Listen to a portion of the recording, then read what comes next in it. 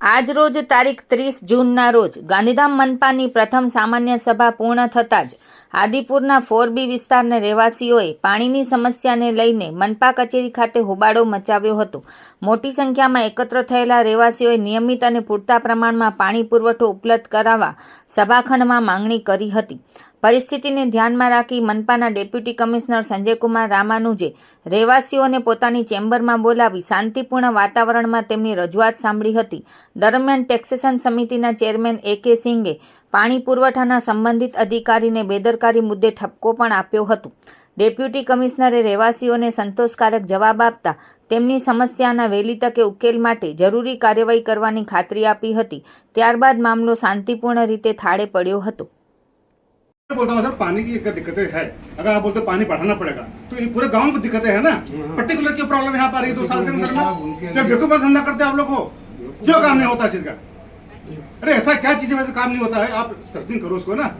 इनका काम नहीं, काम आप लोगों का है, डिपार्टमेंट आपका है, जब आपको देना है.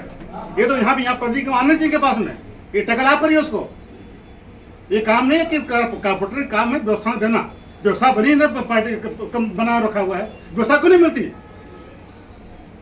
बस केवल हाँ हो जाएगा क्या हो जाएगा? बेगूस में से पब्लिक है, हो जाएगा काम नहीं करना, हो जाएगा वही आंसर सुन रहे हैं. આજરોજ મહાનગરપાલિકાની પ્રથમ સામાન્ય સભામાં જે પાણીની રજૂઆત કરવા 4B વિસ્તારના લોકો ધસી આવ્યા હતા, તો એના વિશે આપ શું કહેશો? 4B વિસ્તારના રહેવાસીઓ આજે રજૂઆત કરવા આવ્યા હતા. સામાન્ય સભા પૂરી થઈ હતી અને એક મેડિકલ વિભાગનું માર્ગદર્શન કાર્યક્રમ ચાલતો હતો. ત્યારે ત્યાંથી પછી મને મારું ધ્યાન આવ્યું એટલે હું તરત નીચે આવી અને મેં આપણે અહીં મારી ઓફિસમાં દરેકને એનો પ્રશ્ન સાંભળ્યો છે. તેઓનો પ્રશ્ન એવો છે કે 4B વિસ્તારમાં છેલ્લા 2 વર્ષથી પાણી મળતું નથી. જેના અનુસંધાને મેં ચર્ચા કરી કે આખા વિસ્તારમાં નથી મળતું એવું નથી, પણ છેવાડાના જે થોડાક મકાન છે એમાંય તે પાણીનો પૂરતા ફોર્સથી મળતું નથી. અને આપ તો જાણો છો કે ગાંધીધામ આદિપુર છે એ ટોટલી પાણી પુરવઠા બોર્ડ ઉપર આધારિત છે. જ્યારે પાણી પુરવઠા બોર્ડ પૂરતો 90% પણ જથ્થો આપવામાં આવે ડિમાન્ડ પ્રમાણેનો, તો આ પ્રશ્ન થતો નથી.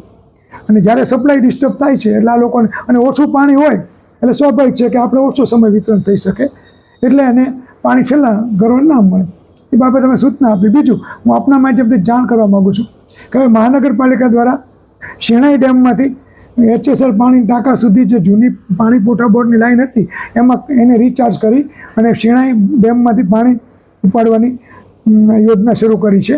લગભગ 4-5 દિવસમાં એ કામ પૂરું થઈ જશે. તો આપણે HSR ટાંકા ઉપર છે એ શિણાઈ ડેમમાંથી આપણે જોઈતો જથ્થો ઉપાડી શકીશું. અને આપણે HSR ટાંકા ઉપર છે એટલે પછી જે આ પાણી પુરવઠા બોર્ડની ઉપર આપણે ડિપેન્ડન્ટ છીએ એમાં 50% એટલો ફેર પડે તો આ વિસ્તારોનો કાયમી ઉકેલ આવે તેમ છે. ત્યાં સુધી આપણે આ લોકોને કીધું છે કર્મચારી કે 1 કલાક પાણીનું એડજસ્ટમેન્ટ કરી અને પાણી મળે એવું કરો.